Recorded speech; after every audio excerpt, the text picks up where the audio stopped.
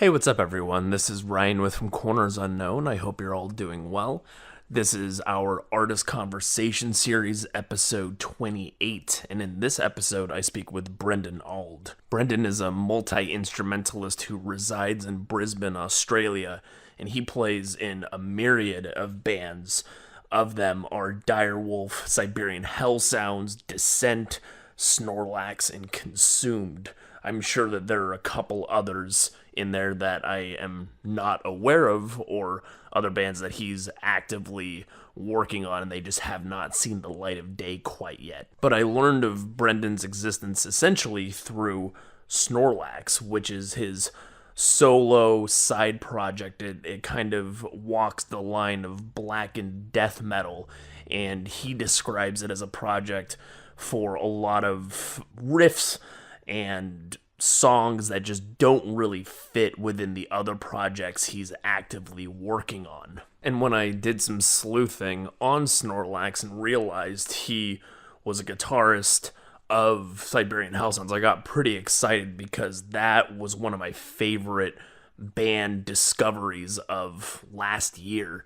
They released this monolithic track titled Breath of the Beast, and it's about a 20-minute long epic, blackened, crusty, hardcore behemoth of a song. And just after realizing Brendan was a part of that, I really wanted to speak with him, and he was very kind to take time out of his day just before his Sunday morning jam session to speak with me about Snorlax, Siberian Hell Sounds, and his other projects. And that's essentially what this conversation encapsulates: an in-depth discussion of each of his respective projects, exploring the themes and lyrics and even the riff writing process for these bands that he is in. Near the end of this conversation, Brendan starts to go a bit more in depth into the aspect of music he's most passionate about, and that's recording, mixing, and mastering. I'm a bit out of my depth with my understanding of these technical skills, so some of my questions will probably sound a bit inane to folks who are, typically used to producing music, but I found it to be quite interesting to dive into more of those technical aspects of producing a record and putting songs together. So I hope you folks enjoy that. Just after this introduction, I will play for you folks one of his Snorlax tracks titled Righteous Virtue, and at the very end of this conversation, I will close it with a Descent track off their new record titled Skinwalker. As always, thank you so much for your continued support, and thank you for any and all support you can give Brendan and his multitude of projects.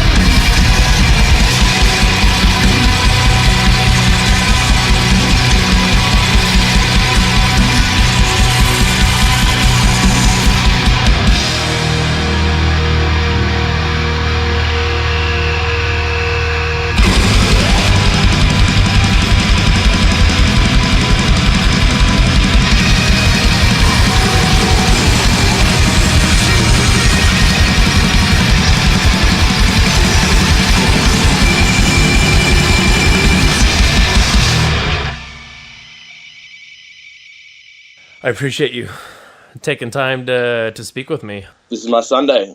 This is it. This is what I'd rather be doing. Right, right. What have you got? You said you're doing a jam later today, or you're just playing with some of your bandmates? Yeah, so I play in a few bands, but this is my main one called Descent. Right. Those guys are coming over this afternoon. We got Oh, some shows next week, so oh, cool. just gonna Okay. play some songs and talk some shop. And Yeah, and you sent me that new single. Are you guys also working on a new LP or an EP? Are you working on like a new like a full length for that project? so yeah, the Descent actually has a full length album finished, ready to go. Oh, Um, okay. yeah, it'll be coming out in December, and after we release that, we're going on tour in Japan with Cool. Origin and The Crown. Holy shit. Okay. Yeah, Wow. so we're kind of like got a lot of stuff in a box right now. We're just waiting to Right, right. And is that open it up so? and show everyone. Yeah. Right, and are you doing that tour? Are you going on tour before the album drops, or are you doing that like in 2019? No, our tour's already booked. We're doing September 12 to 18 or something. Okay, cool. Yeah, those dates have already been announced ages ago, but we haven't got the artwork yet to announce the record. We're just waiting on that. I see. And I see. okay, Okay, everything will be open. Yep. interesting. So, how did you So, is there have you toured Japan before? I don't know much about. I know that there are like a handful of bands that I really love that go and tour Japan, and I've never I love a lot of bands that are from Japan as well, but I've never it's interesting just to hear that I guess you could play shows locally, but is it? I'm trying to see think what is How the did we get the opportunity to tour Japan? yeah, yeah, and is it do you have you toured there Well, before, and is there a pretty good scene for the kind of music you play there? I've been to Japan a few times, and our vocalist lived there for a few years. Oh, cool, Everyone's got a pretty close connection with Japan, and interesting. there's actually this band Earthright. I don't know if you can see that. Yeah, yeah, I can see that. Yeah. There's some friends of ours, and they'd toured over there a couple of years ago, and the promoter just said to them, I guess, we want some more bands that sound like you guys, and some Australian dudes seem to do. As far as I knew, you had to be invited to go tour Japan. You couldn't just go do it. You probably wouldn't do so well. Oh, So, people wouldn't you just wouldn't get it would be hard to market it or get people interested in Yeah. it. Oh, interesting. Okay. yeah, so it was a promoter that approached us and said, we got some metal bands that sound like you guys. Do you want to Wow. come on board and do it? I believe that was based on the fact that Earthright did so well over there. So there's Interesting. obviously a market for some HM2 death metal, and Awesome. yeah, apparently they love it. So if someone had asked us what's the first place you would want to tour overseas, Japan would have been my answer. So it's actually Really? a dream come true. Yeah, Wow. it's sort of like Descent itself has never played outside of our home city, Brisbane. So it's sort of we've been cooking up this album for a couple of years. right. Going to release it and go to Japan. It's really bizarre. That's But- interesting. Yeah. Yeah, and have you played shows there before? This will be your kind of your first time playing live shows in Japan. Yeah, first time playing live shows in Japan. That's for Wow. sure. Okay. And where are you going? I mean, I know the geography of it sort of, but are you doing so you said it was 8-ish days you were over there? Or are you kind of going up through the It's the Crown's headline tour, so we're pretty much just following them around. Okay. And we're going to do Tokyo, Osaka, and to be honest, I'd have to check the flight No, that's to the dates, but no worries. Oh, cool. Okay. Well, shit. yeah, that it's sounds really awesome. exciting. I remember watching a YouTube video of you'd be familiar with a band called The Secret. It's check them out, man. It's Every time blackened, real yeah. fast sort of stuff. Yeah. No, But that's they're awesome. And there's some live footage of them playing in Japan on YouTube. And Uh-huh. it's epic. They're going nuts. It's Really? super tight. Worth a watch. That's awesome. Okay, yeah. See, every time I do these conversations, I talk to I just talk to folks, and then they just drop 10 or 15 band names or who influenced them. I've never heard of a single one of those, and then I just my list is just getting thousands of band names long. It's so hard to keep up with all of this stuff.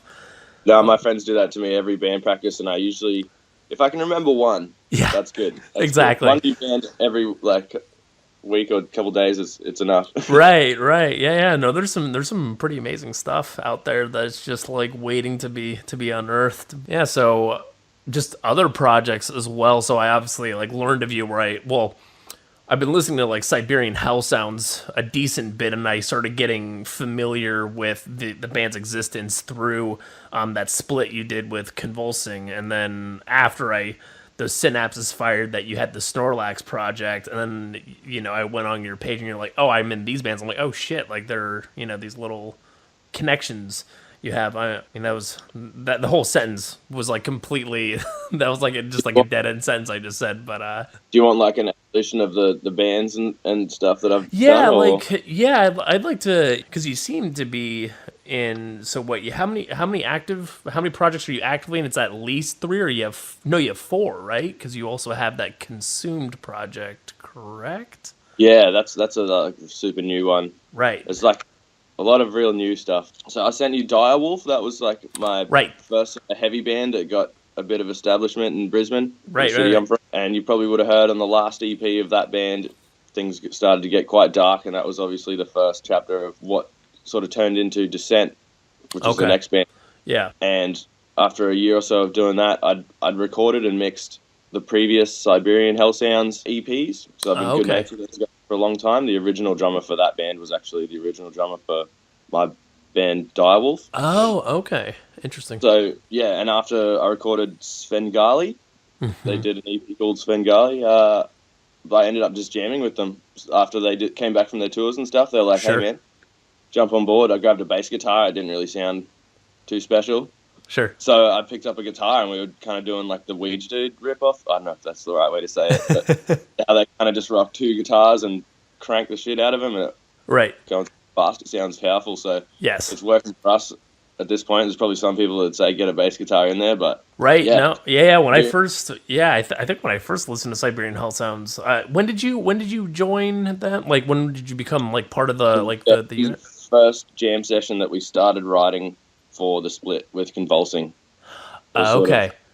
So I've been on board since we started writing that one. Okay, interesting. Yeah, because I think I listened to some of their other stuff, and I didn't realize it was just like the 2 guitars, or it kind of had like it was, or had the guitar and the drums, and I was like, it was so loud and powerful, like I almost didn't even realize that it was bassless, because just like the way it was produced and put together, like it like almost went over my head. Yeah, no, it's it's something we've debated for a long time, but it's still working, and it's a lot of fun. I think the fact that it's just like there's only 4 of us and we all live super close, and like just if we were to get a bass player, we're not opposed to having bass. It's just like it'd have to be the right person that was like super in the same little niche that we are, and like really fit in. Otherwise, we're happy just doing it the way it is. Sure, yeah. So how did you get into? I'm always interested to learn like how you kind of got into extreme music, and like how early on it started, like kind of your musical endeavors and experimentation and things of that sort. I've probably got a really bizarre, different path than most other people. I didn't start even playing music or playing guitar till I was about 15. Oh, okay.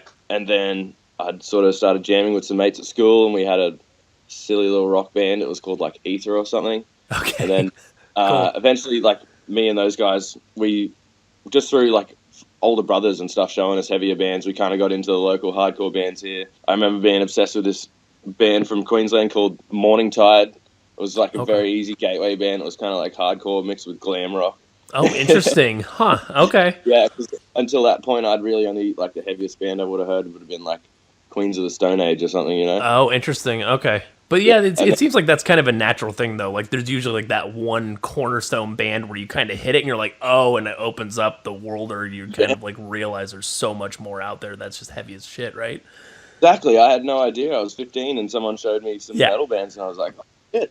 Yeah. This is what I've been looking for. Right. And so it's been like a progression of that experience. Just someone showing me something and being like, oh, that's the gap that I've sort of wanted to hear. Right. That I haven't heard yet. I remember the first time I got my friend, I should mention Anthony, actually, the vocalist from Descent. He's been a massive part of it. He's always just been kind of like keeping tabs on where I'm up to and pushing me in the direction. Yeah. Right. So he was the person to show me like Entombed. Yeah. He was the first person to show me Behemoth, you know what I mean? And every time he did, I was sort of like, oh, shit. Yeah, it just keeps upping the ante, and you're like, is there any ceiling or any, well, does it ever stop? Yeah, and so now at the point where he's kind of like, I'm not going to use the word groomed, but like he's gotten me into all the right music for Descent to go in the right directions for us I see. anyway. And now I've kind of just gone off on my own looking for stuff. Right. And that's sort of how Snorlax happened. What would you say is one of the, because I've always been fascinated or trying to find get some folks' opinions on like what they think is like one of the heavier bands they got into and like what kind of constitute heavy for you. Like what would you say is, I mean, maybe a few years ago, I guess we don't have to go back, but like what do you, like where you're at in your life right now, like what would you say is like one of the heavier bands you've come across, or like, you know, a heavy band that really is kind of influenced you or struck a deep enough nerve to, you know, kind of seep into your music playing, or I don't know, just influence you in some way? I mean, I did get a little bit obsessed with Nails there for a bit. Yeah. I think everyone kind of has that moment the first time they get hooked on that guitar tone. But anyway, right. Yeah, that record that I mentioned earlier, The Secret. Yeah. They have a record called Agnes Die or Agnes Day. I'm not sure exactly how to pronounce it. It's produced by Kurt Ballou, so it sounds incredible, and it's all just like, it's like a nice mix of hardcore black metal and grind. Oh, interesting. It's really sort of like, it's got some crusty stuff in there as well, but it's just the same level of darkness the whole way through. And I think just the fact that they got like the Buzzsaw HM2 guitars with the amount of grimness that they had on top of like Kurt's production, it kind of just like, that's all I've been trying to sound like ever since. It's just good. But that's not necessarily like the heaviest band. I'm trying to think what's super heavy. Yeah, I'm not trying to put you on the spot or anything. I just like to get just I don't know, and like maybe if you can come up with something like also like what kind of in your mind kind of constitutes heavy music, because like sometimes it could be the tone or just like the way the riffs are playing off each other. Like I don't know. I always like to see. All right. Just to use a band that everyone will understand, like it wasn't till probably about 2014 I hadn't ever heard of Behemoth before. Oh wow! And okay. Yeah, so I'd listened to like heaps of my mates' silly deathcore bands. I'd heard everything except for like this one blackened death metal sort of area that I hadn't really delved into yet. Yeah. And yeah, that was when I got in the car and I was kind of like, oh, this is super heavy. Right. It's got the riff, but it has the dark element as well. That's kind of like it's got just so much more power behind it because of the darkness. If that makes sense. Right. Yeah. No, I get it. To me, that was kind of like where it opened the door, and then obviously, you know, there's bands that are stupidly heavy, like you've heard of Portal. Oh yeah. Like how you rate heaviness, you know, like that's pretty stupid and heavy. Like there's a band called Plebeian Grandstand. Yep. I like them too. I like them a lot too. Yeah, they're heavy. That's stupidly heavy, but it's in a different way, you know. Yep, that's true. That is very true. Lately, I've been listening to. Correct me if I'm wrong. There's a German band called Der Weg einer Freiheit. I don't know if that's how you say it. I couldn't help you with that one. I'm really good at botching band names and people's names from other countries. I'm always screwing stuff up, and I'm always like prolifically apologizing to people. So yeah, and like that MGLA, like I've heard so many people say that differently, like Maguire or like.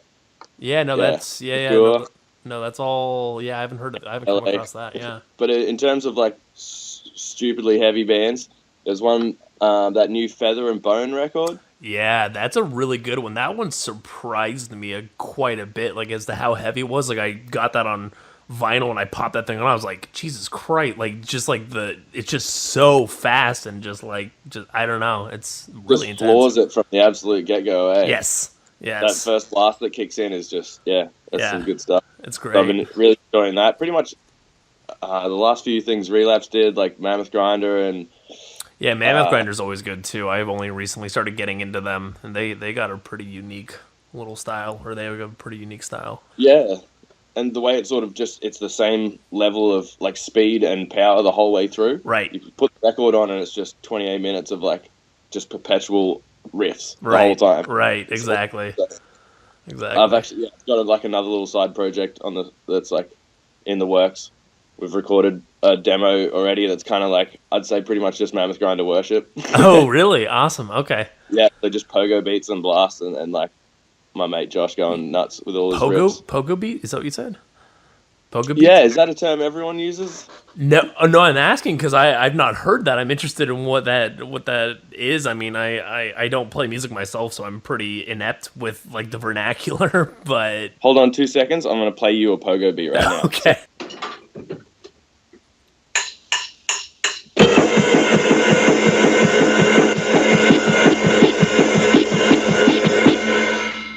So it's essentially just like a slower version of a thrash beat. yeah, there's that. Beat, whatever you're sort of using it for, and you keep it real mid-pace like that. That's pretty Okay, much. that's interesting because that's actually a really good descriptor because I've listened to a handful of bands. They're like, that one band Necrot or. Yeah. Would you say that that's kind of like there's kind of like it's almost like that cloppy drum beat where it's not too fast and it's not necessarily like technical, but it just kind of has like that driving, almost like it's like that bouncy, almost dancey kind of beat. And I've always thought of it in that way. I'm like, oh, it's like a weird dancey kick rhythm, but that's the pogo sound that makes so much more sense, or that's such a succinct way to describe it. There's like a pretty good punk scene in Brisbane, and there's like heaps of bands. They just all started calling it pogo beats, and it really caught on. So that's a good okay. They might have got it from somewhere else. I think maybe like are they called Undergang or something? I've heard of that. Yeah. But yeah, definitely Mammoth Grinder. That's where I connected with it, and there was sort of like this is a perfect speed to write riffs to, right? And you can just like keep going steadily the whole way, right? So it's quite easy to write songs, and it just feels fun. It feels interesting. Super fun. Okay, that's cool. And so yeah, like what is it like for you with so many projects going on? Like, is it one of those things where you just have a bunch of different routes you want to traverse musically and you can't really compartmentalize each one into, I mean, you can't do it all in one project, like, because it sounds like you're, at least at this moment, you're kind of forking off into a bunch of other projects. So is it like yeah, what's the yeah, so I mean, if you kind of think of it like, I don't know, writing riffs is kind of just like a tap that I can't really turn off.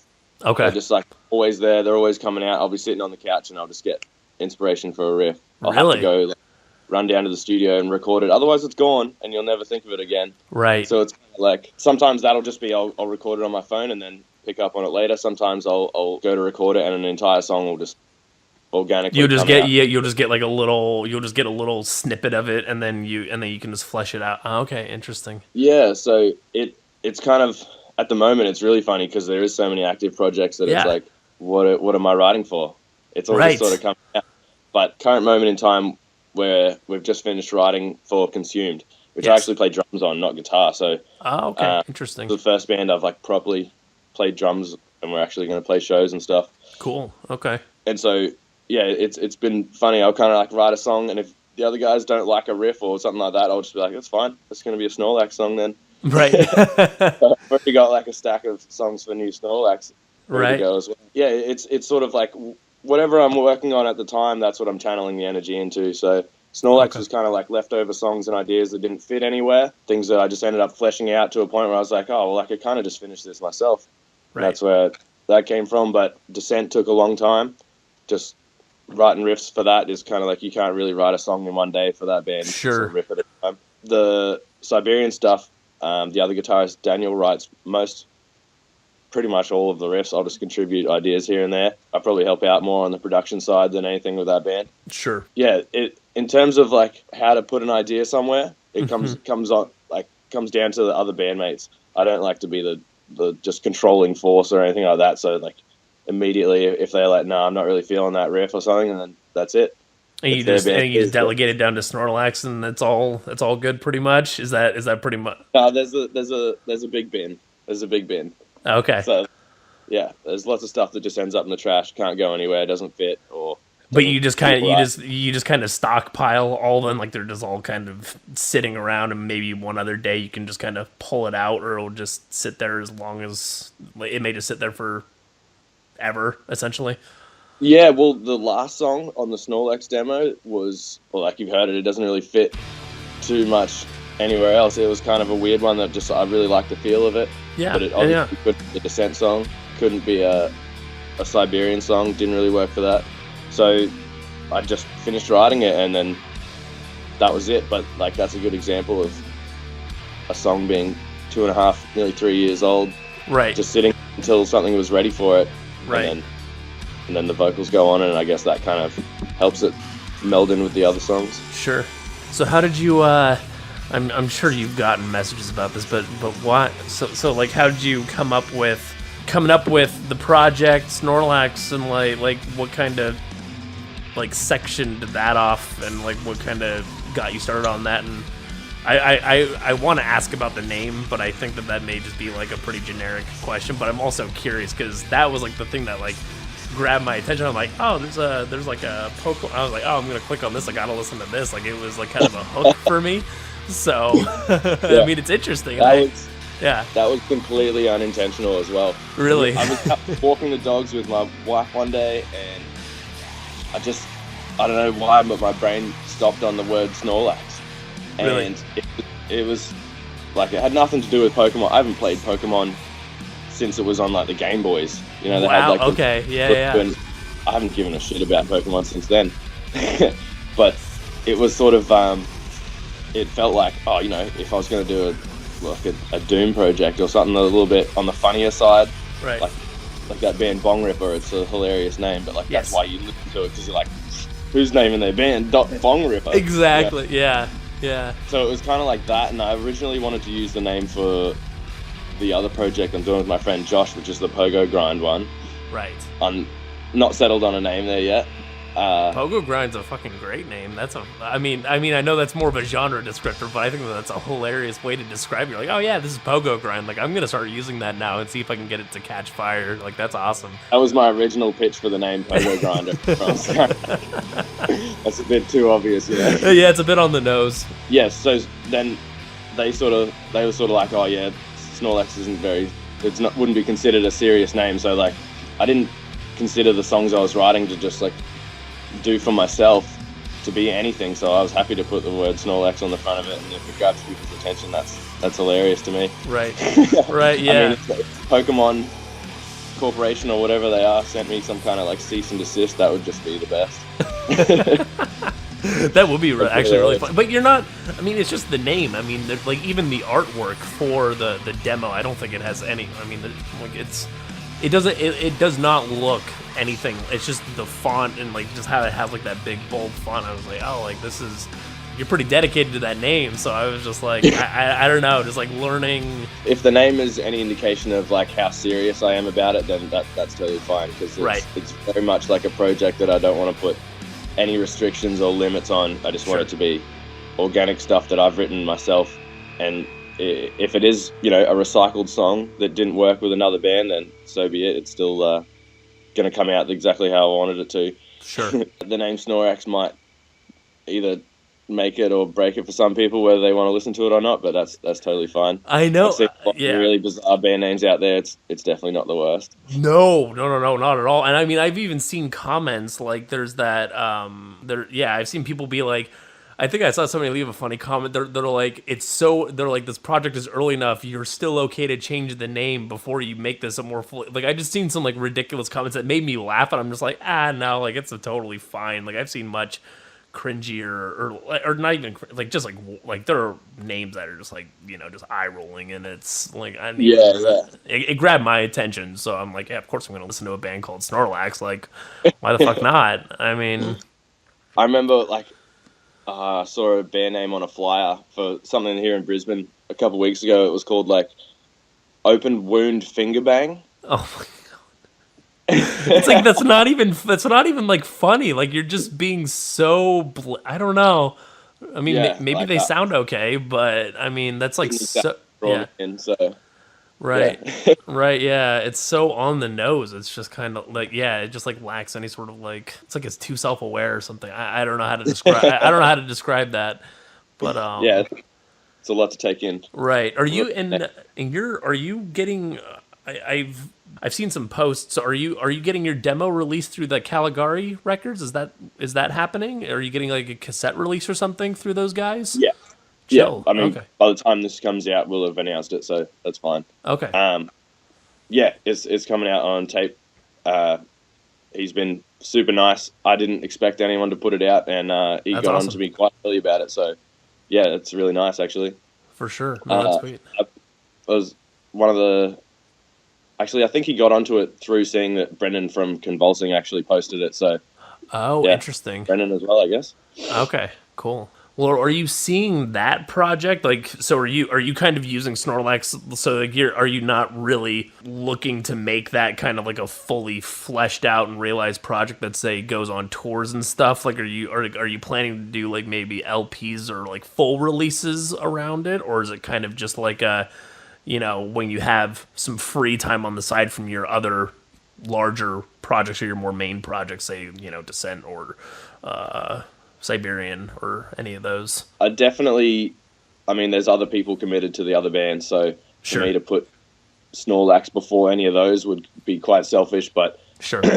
I've sort of been taking like a Leviathan sort of mentality to it. Like if it was just studio albums, I'd Yeah, be happy with that. If there was a demand for it to be a live band, maybe yeah. right. Like it's not out of the realm of possibility. But at this stage, I was planning to just have it as just studio albums so that I could do really experimental, crazy things and not have to worry about pulling it off live. Sure, Um, that makes sense.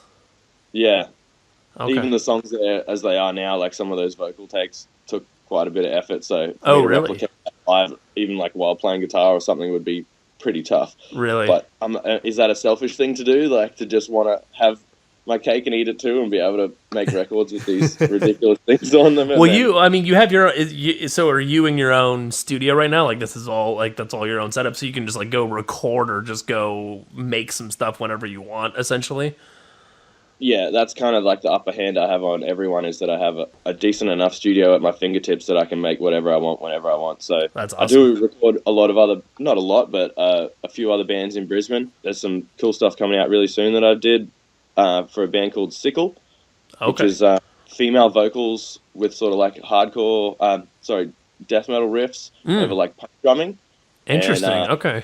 super fun to listen to because it's like just an angry chick's vocals, but in Right. like a really dark witch kind of voice almost, and then these Interesting. just like fun pummeling riffs over the top of it. It's like just kind of grabbed me straight away. As soon as they started jamming in the room, I was like, "Oh, this is going to be a Right. hit." Right.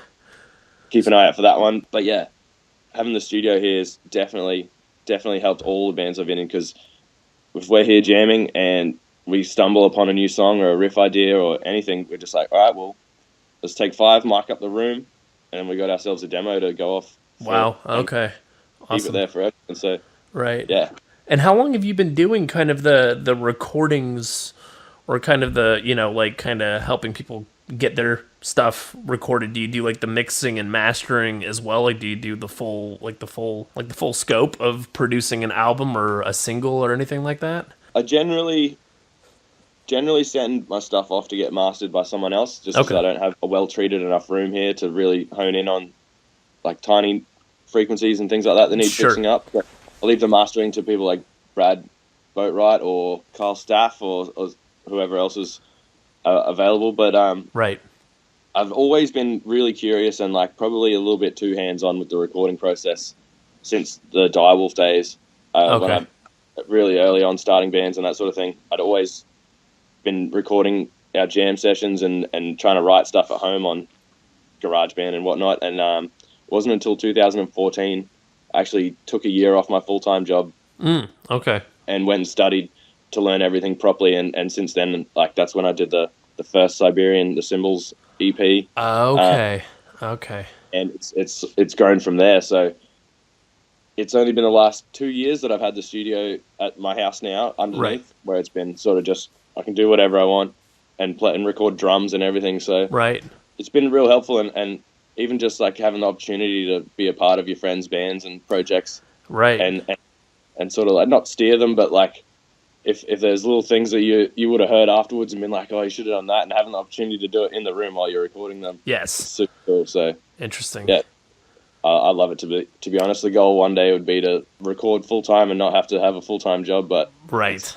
it's pretty tough. Yeah, yeah, for sure. You and have you been, irrespective or kind of like just not related to your bands, have you been like kind of growing or like trying to do more with more bands? Like, have you been interacting with more local bands and trying to like kind of grow that as a skill or say a business or something of that sort? Yeah, unfortunately, my own bands do get in the way of it a lot. So I see. I've recorded a couple bands this year, for example, because I've been like really focused and really working hard on Descent and the other ones. Right. So even Descent, I took a month off and just focused on the recordings for that. Yeah, we went to another studio to do the drums and then came back here and spent a few days doing all the guitars and everything. But it's more sort of, if a band hits me up, I'll make time for it. But Sure. I don't advertise. I don't sort of go out of my way to go looking for bands to record or anything like that. It's just really word of mouth of people I know. Right. Yeah, I mean, I could imagine if you were advertising it, you'd probably be overwhelmed with work pretty quick, right? Or there'd probably be a decent number of folks hitting you up for that kind of stuff. The reality is, like where I live here in Brisbane, it's there's probably only 20 or 30 bands that like would come to me to record who want the sound that I'm sort of I see. focused on. So I generally get those ones if I go after them. Right. There's some really cool things I got to record, like a band called Coffin Birth. Okay. That name sounds actually pretty familiar, I think. I mean, there's so many damn bands, though. I can't keep up anymore, but that one sounds vaguely familiar. Yes. Yeah, that's pretty brutal. I'd definitely look up Coffin Birth. That's a good one. I forgot what other ones I said now. Obviously, I've recorded the Siberian ones, another band called Hurricane Death. Hurricane Death, okay. Sure. Yeah. So it's sort of like there's only enough bands in Brisbane that I could like do a couple of years sort of thing, unless I was, I don't know, trying a lot harder. Sure. Yeah, and I don't know much about the scene in Brisbane. Is there what is the what would you say like the general like census or consensus or like styles of music that come out of there are, or like what's kind of like the ones that lead the charge right now? It's very much like other cities where you have probably 20 or 30 people who are all sort of in all of the bands. Yeah. So you've heard of a band called Shackles, by any chance? Maybe. Yeah. I mean, I wish I knew all these bands before the conversation so we could just like muse over it, but I guess it's kind of like the learning process. So no, that's going to be fun for you to find all these great bands. Right. Shackles are a pretty top-notch grind band. It's good stuff. And all the guys in those bands play in other bands. So like the vocalist also sings in a band called Contaminated, which is like super cool. It's worth checking out. The other guys in that band live in Melbourne, so like that's pretty spaced out. The drummer from Shackles plays in about 7 or 8 other different bands. Really? Wow. Yeah, the guitarist Eddie plays drums in a bunch of other bands, and Matt, the other guy, is the singer of a band called Shit Grinder, who's just put out. Oh, Shit Grinder. That one sounds... They've just put out an LP, which is pretty brutal. I'd recommend that one as well. So yeah, all those people kind of like, if the project suits it, they'll hit me up to record them. But more or less, it's kind of mostly the same people in all the bands. And then that's sort of in like the underground stuff that mostly associated with. And then there's obviously like there's the deathcore dude down the road, and everyone goes to him for those records because they got to sound super processed and whatnot. But it's a pretty healthy scene overall. Interesting. I mean, whenever there's like a show with a mixed bill or something like that, there's never any issues. Everyone's cool. Everyone watches all the bands. Not super massive. It's obviously pretty hard to get. Even touring Australia is quite difficult because each city is about minimum 1,000 kilometers between them. So. Oh wow. Okay. Sorry, 1,000 kilometers is. You have to convert that for yourselves, guys. Oh yeah. I mean. Yeah, no, that's always that's something that always trips me up too. Yeah, the distance. I know miles. It's just such a shitty measurement. Frankly, it does not. And like if I were to translate 1,000, it'd be like I don't even know how far it is.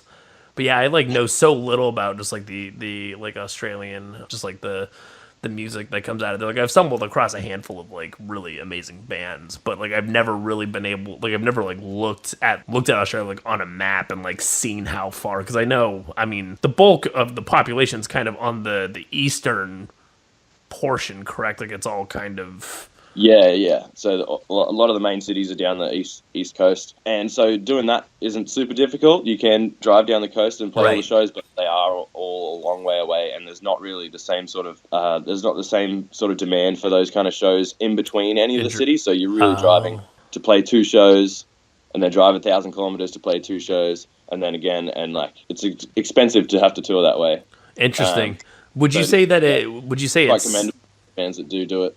right? Right. Would you say that, like, in some sense, it's even more beneficial to like? I mean, as you're going to Japan to tour, like, is it even more beneficial, like, or I guess from a cost perspective or from an exposure perspective, like, does it not make too much sense to do like that circuit in Australia as you were describing? Like, are you better off going to another country and kind of getting your name out there, going elsewhere where you can hit more cities in like a tighter space? Not necessarily. The Okay, Japan was just a really great opportunity. We couldn't really say no to.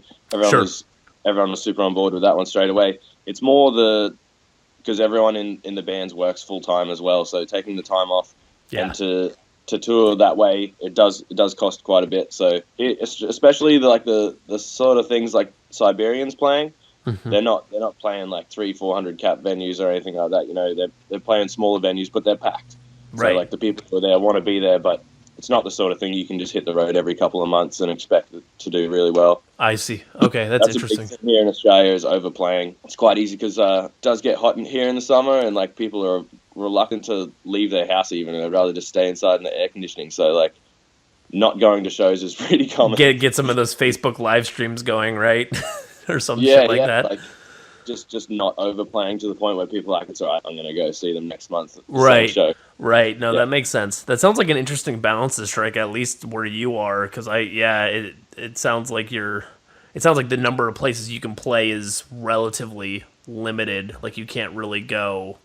Yeah, you kind of Yeah, it's got like not that. like I imagine somewhere like New York or LA there would just be venues all over the place and another event to play every weekend where you got a Right. new audience. But yeah, with probably only like half a dozen at the most in Right. our city Yeah. venues to play, it's sort of you're more or less playing to the same crowd each time. So you want Interesting.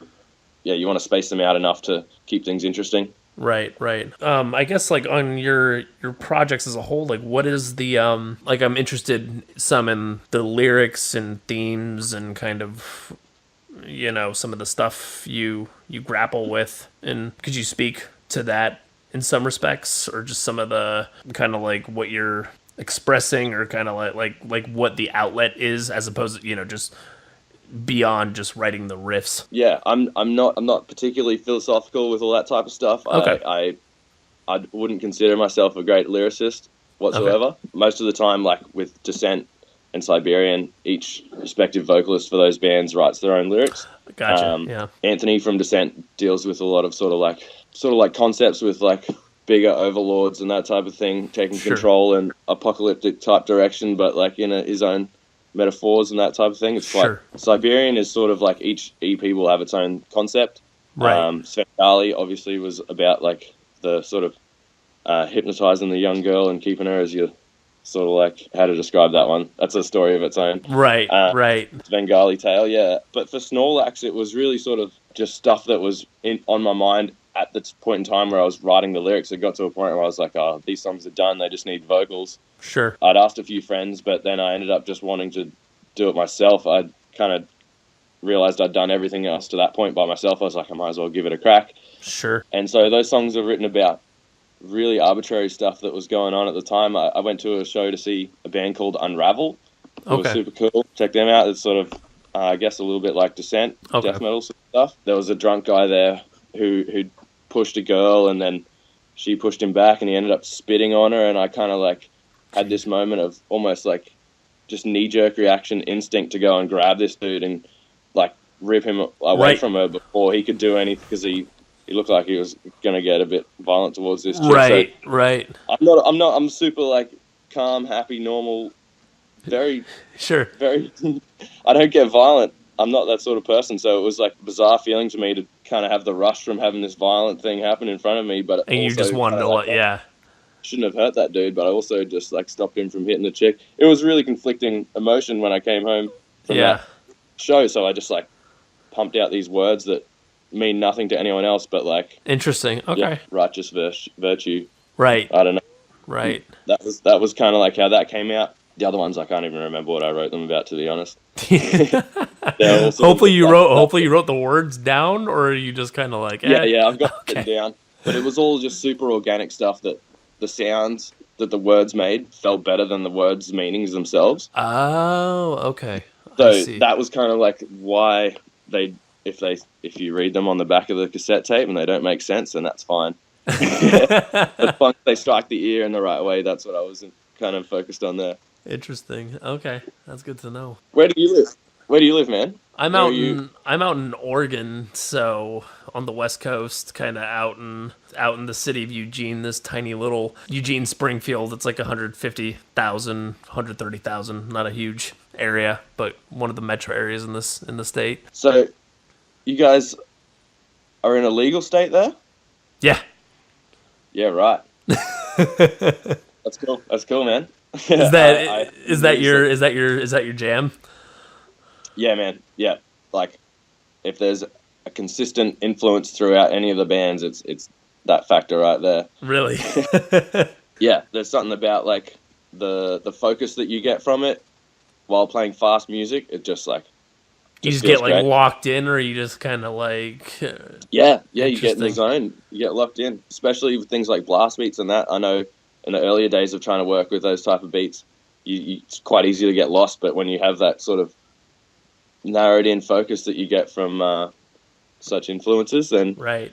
yeah, it seems easier to stay focused on that one thing. That's how we ended up being able to do that Siberian song that was like 20 minutes long. Yeah, It takes a lot of focus to stay on point the whole way through that one. dude, that is a fucking song. Like when I first, because that was like pretty much my first, because I don't know how I figured out about that. Somebody posted about it, and then I just like saw it was like two 20-minute long tracks, and like that song was just, it's so monolithic. Like it's just such a long track, but it's so intense. Like it never really like lets up at all. We Yeah. originally had to write it in 4 stages.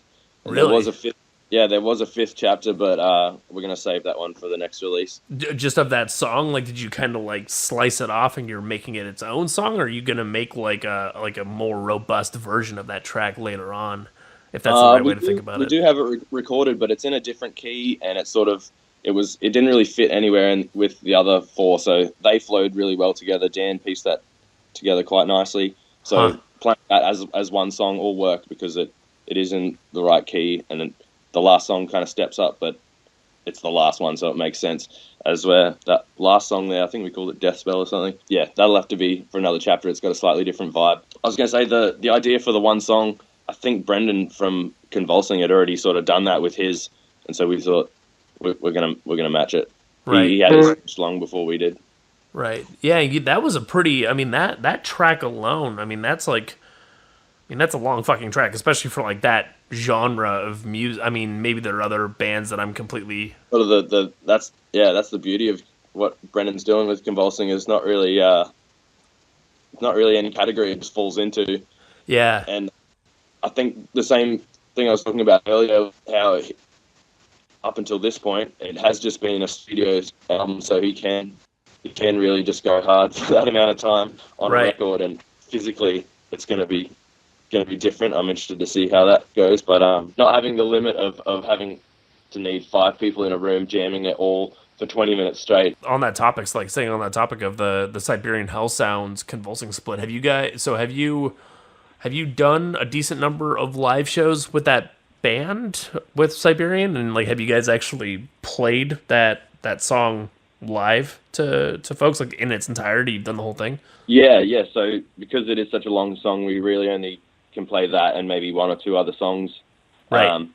When we do a show, but we've played that, played some festivals in Melbourne, traveled down south with that one.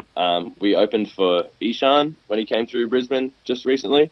Okay. So it goes quite well live. There's a video on YouTube at the moment of us from that Ishan show, if you want to look that up. But like I said, it's sort of you're 2 songs in and then you're like, all right, this is our last song. Yeah. Goes for 20 minutes and that's the end. Yeah, we wouldn't be able to play much after that. It's pretty pretty draining. It sounds like it. I mean, how do people receive it generally? I mean, I know you're probably so focused on actually just getting everything right, but has that, because it seems like that track probably took a good while to pull together and get it right and practice it and be able to play it all the way through. Is it received pretty well? Yeah, it was probably 9 months of writing that one where we didn't play any show. Just focused every week on just writing. But by the end of it, we had it quite locked in. But because it is more or less just tremming guitars the whole way through, I'm focused on that. I've only heard from the vocalist a few hilarious things that have gone on at shows. He said there was one we played in Melbourne where there was some lady that turned up who just had her front section tattooed, so it was wrapped in the Glad wrap or the clear film, whatever you guys might call it. And she was sort of like just had her eyes closed, leaning back, rubbing her stomach in this weird motion as she was kind of just like moving back and forth with the music. Really? So, like, it's never a mosh or like people doing like fist kind of pumps or anything like that. Right. It's always a different reaction with Siberian because it's not your run-of-the-mill traditional band you're going to see. No, it seems like it's one, like, I mean, I'll probably never be able to see the band live unless I somehow end up in Australia, and I don't know how the hell that would ever happen. But like, I could see it, like, just with the intensity of the music. It's almost like a form of like going to like a noise, like, you know, kind of like experiencing noise, or just just kind of like the heaviness of it just kind of washing over you and like almost like realigning.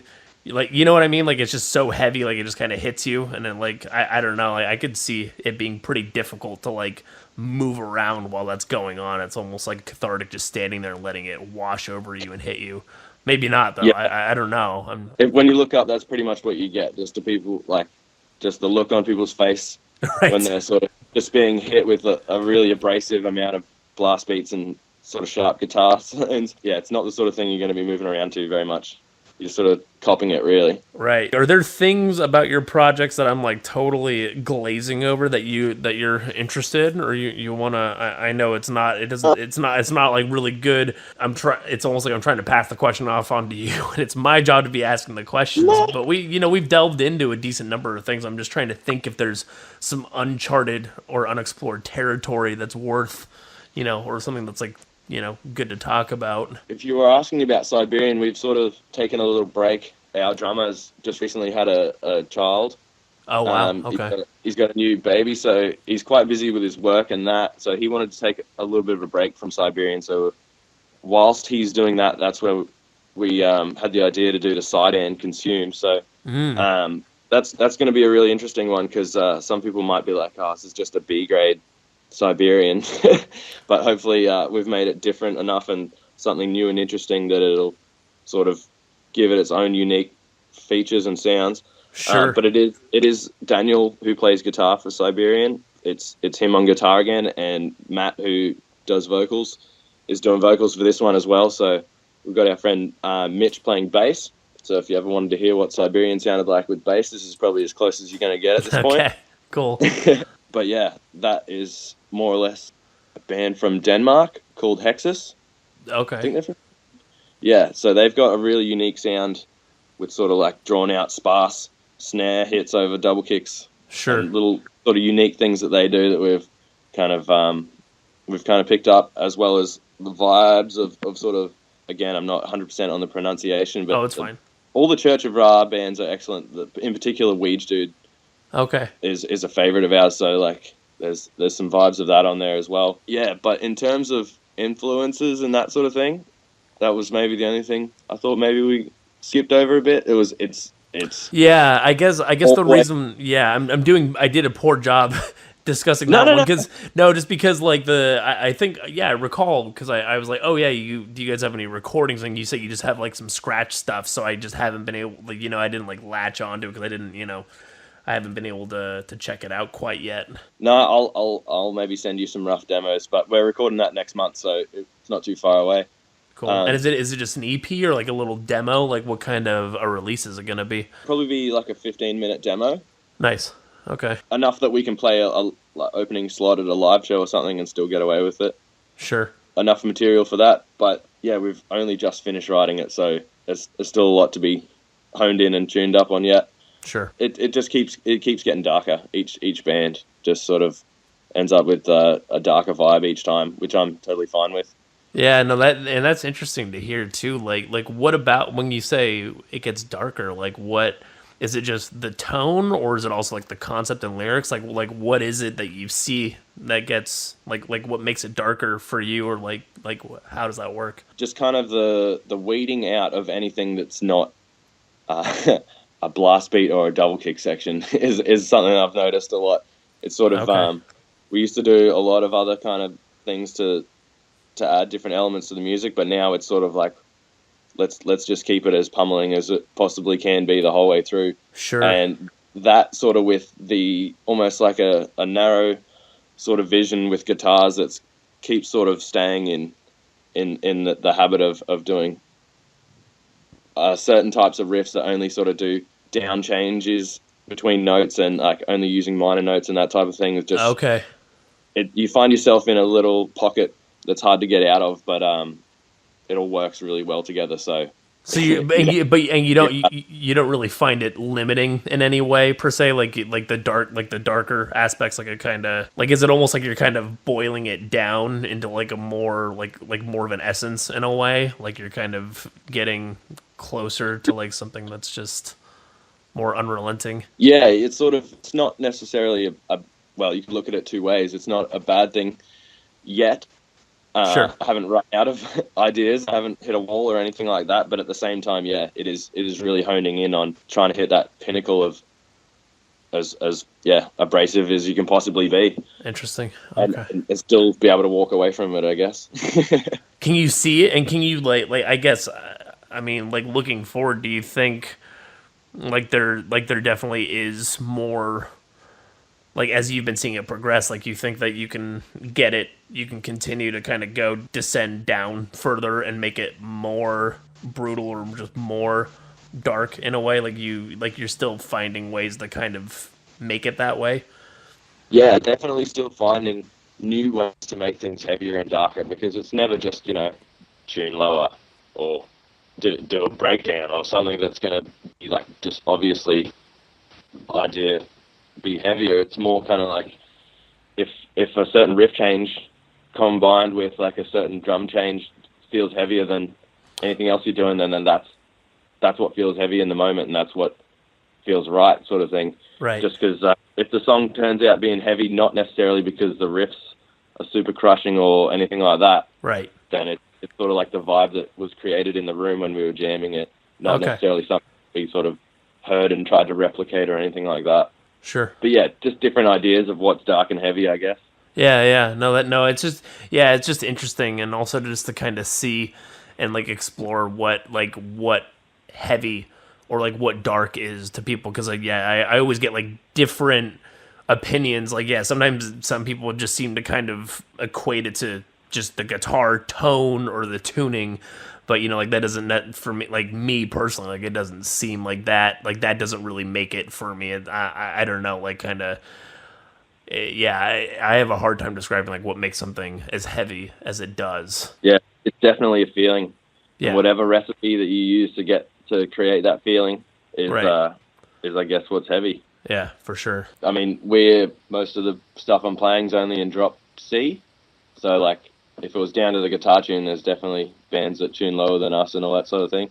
Right. And the guitar tones, that's another game again. Some people like their stuff super jangly, and others just want it to be super abrasive. But if it strikes you as dark and heavy, then that's all perspective of the listener. We also did talk a bit about what you're doing for the rest of the year, but I guess for the rest of 2018 and maybe looking a bit into 2019, like what else is kind of on your plate? Like what else is in the works that maybe we haven't touched on or you haven't touched on? There is, so obviously the Descent full length is coming out, and there'll be plenty of touring and shows that'll follow that. Yeah. We're making a film clip in the next month or so. Oh, cool. For the release of a song with that one. In terms of Siberian, it's all a little bit all on hold until we hear back whether our drummer wants to get back into it this year or wait till next year or whatnot. Right. But we've still got plenty of stuff to do with Consume to keep ourselves entertained, fill in that void. For next year, though, there is definitely talk of a Siberian full length. I don't know if I was like supposed to say that or not. I mean, but we've definitely got a few tracks demoed and ready to go. And oh, nice. Okay, sweet. The process for that one might be a little different to what it usually is. In what sense? Just the recording process, or No, well, usually it would always be an organic idea, and we jam it and flesh it out in the room as two guitars and drums, and our vocalist having his input always. And this time, I think Daniel's going to do things a little bit differently. He's got himself a new computer with Logic on it, and I think he might be just demoing a lot of the ideas and compiling that sort of stuff before we even get a chance to consider it as an album and start turning it into individual songs. Or he always has quite elaborate concepts and ideas. It's never just like, let's do this song and make it fast. It'll be, right. Let's do these 8 or 9 songs and make it into one, and then have a big sludgy section in the middle and a massive sample that does this. And it's like, all right, slow down, man. That's an interesting. That is very interesting, huh? Okay. Yeah, he's always full of ideas, which is good. We feed off each other quite a bit. He's definitely shown me some little tricks and whatnot for writing riffs, and I'm sure he's learnt some stuff off me too. Right. So it's funny actually. Once I got the studio here, all of my bandmates slowly, as they finished their leases or their rental contracts and they had to move, they all sort of started moving closer towards me. So Really? it's good. Everyone lives within enough of a radius. I can just sort of put the call out and be like, "Hey guys, what's everyone doing today? Do you want to have a jam?" And it can come together quite easily. That's awesome.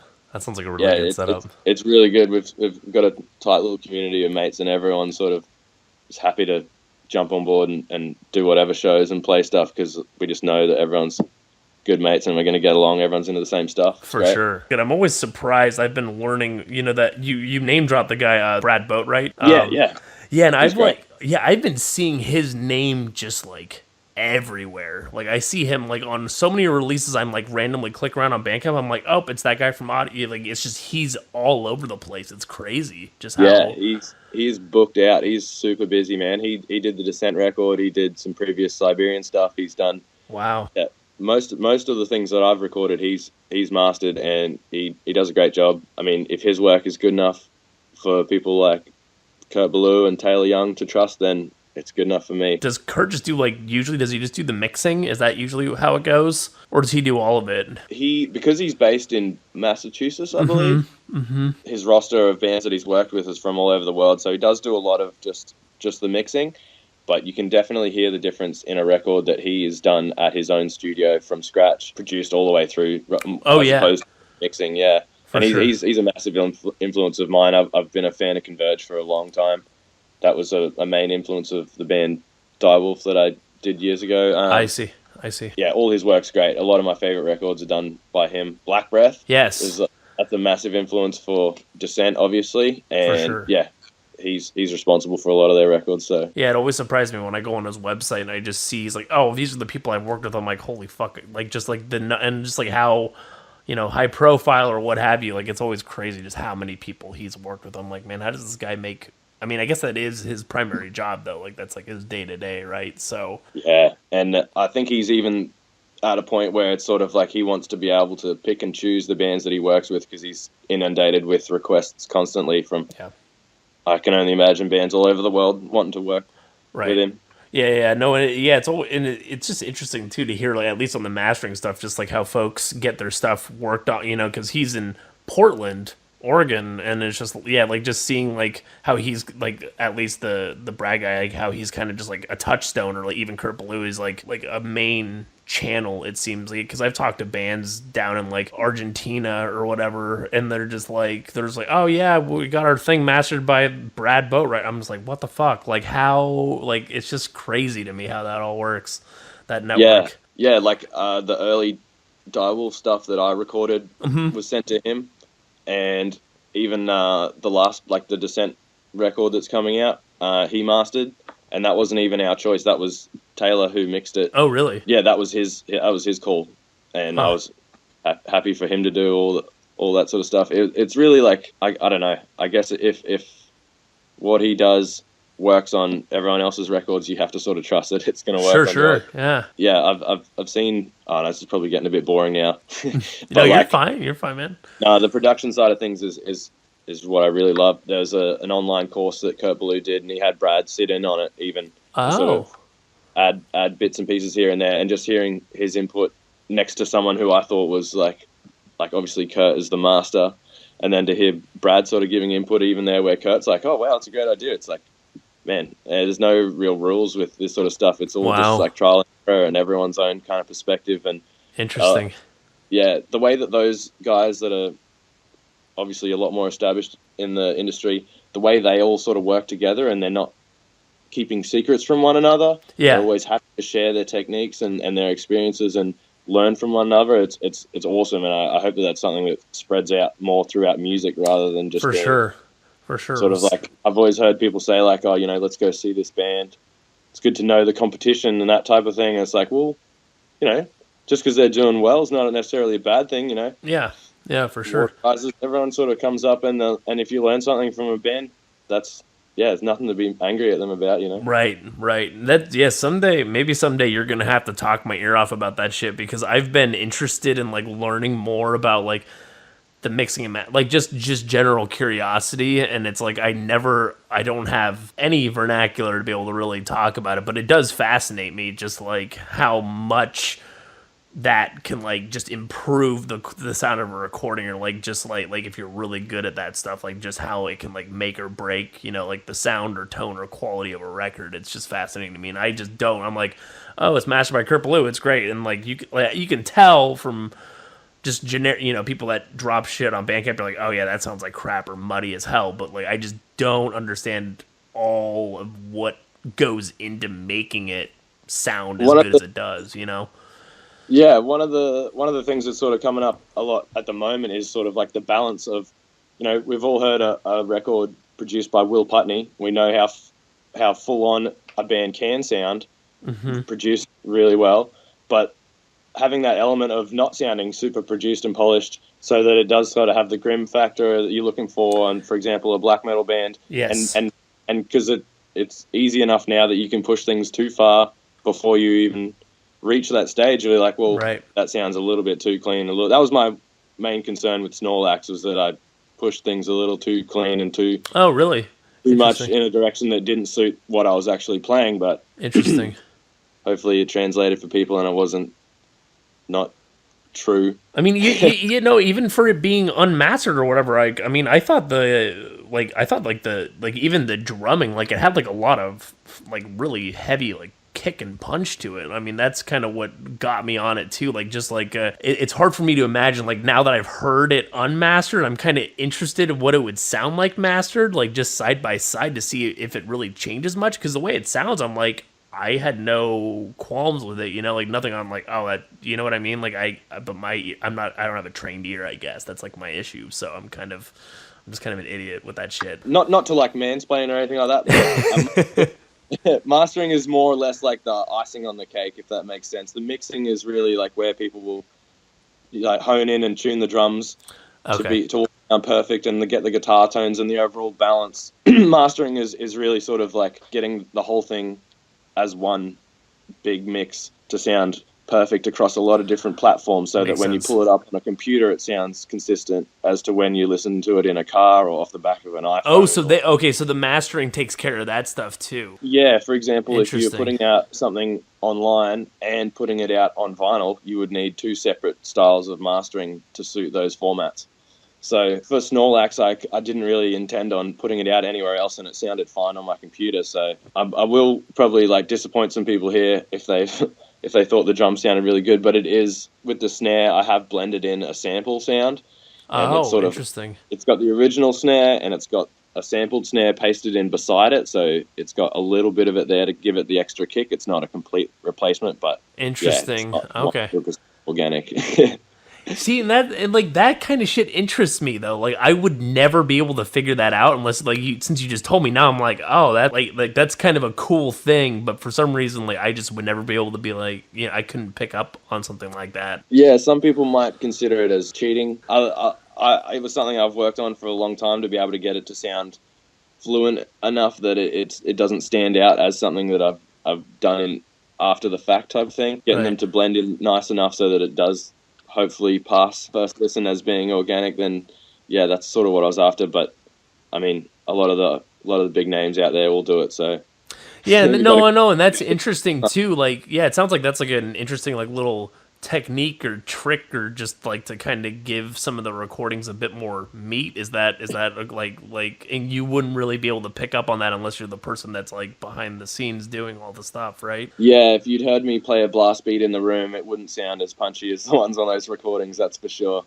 Interesting. Yeah. See, and that's all that. Yeah, that's all fucking. It's crazy. Like that's like, yeah, that's like some of the cool parts about talking to folks. It's like I never have like talked about that with somebody, and it's like I can't understand most of it because I'm I'm pretty inept with this shit. But no, well, it's one of those things, man. It's like for the people who are interested, it's super interesting, and if you're oblivious to it and you just enjoy the music, then yes, that's kind of what they want. Right. For an engineer to hear that someone just heard a record first listen and it was purely focused on absorbing the music and not really having anything stand out as wrong in terms of the production is what we're essentially going for. So yeah, should I let you get on to the rest of you have a whole day ahead of you? Yeah, sorry, man. When you steered down the road of the production side of things, I could probably talk. That was probably the only other topic we didn't touch on, is that like I do work a full-time job. I'm a carpenter. I build houses 5 days a week. So all of this I do is kind of fit around that. There's 3 nights a week that I jam with the other bands, and like all the gigs around that and everything, and writing just pretty much fits in wherever there is, whenever the influence strikes, or I have enough spare time to be able to get from the mental state of being in work mode into the mental state of being able to sit down and focus and write music is sometimes challenging. Yes. But that's actually a constant struggle is not so much the schedule, but I'll be really like consumed by the project at work, building a house. There'll be certain details that you really need to focus in on and that type of thing. Sure. And then to come home, put all that in the drawer, close it off, and not go there again. Yeah. To be able to completely focus on writing a song or doing anything else, like we were talking about the influence that certain things can have, really helps narrow in and focus on where you need to be at that point in time. Sure. No, that makes sense. Yeah, and that's always like, despite that kind of working against you, you're still able to find the time, and you're still able to like find the energy to be able to like make the music you want to make, or you're still able to produce stuff. So yeah, that's again, that comes back to having the studio at home. If it was anyone else, you'd probably have to just put that idea in your pocket and wait for an opportunity. As where, like, for example, the other night I was sitting on the couch and I had an idea for a riff, and I was like, I should probably go to bed right now, but I'm going to go downstairs and play this riff. And once I found the notes and everything, it ended up turning into a 4-minute song. Oh, and, shit, really? So, there I am going to bed at 3 a.m. I've just finished writing a song and I feel great about it, but then I've got to go to sleep and get some rest before I go build a house the next day. It's like, it's never ending. Gets to the end of the week sometimes, and I'm just like, man, I'm exhausted. Yeah, for sure. Everything else and all the band practices, it's draining, but I love it. Thanks for hitting me up to do this, even, man. It was really cool. I never done something like this before, so if there is people out there who I don't like the production of Snorlax, or they for any reason would like to work with us, send us an email. I'd be more than happy to help out on anyone's projects, really, as long as it's dark or heavy. That's my alley. Thank you very much again for your time.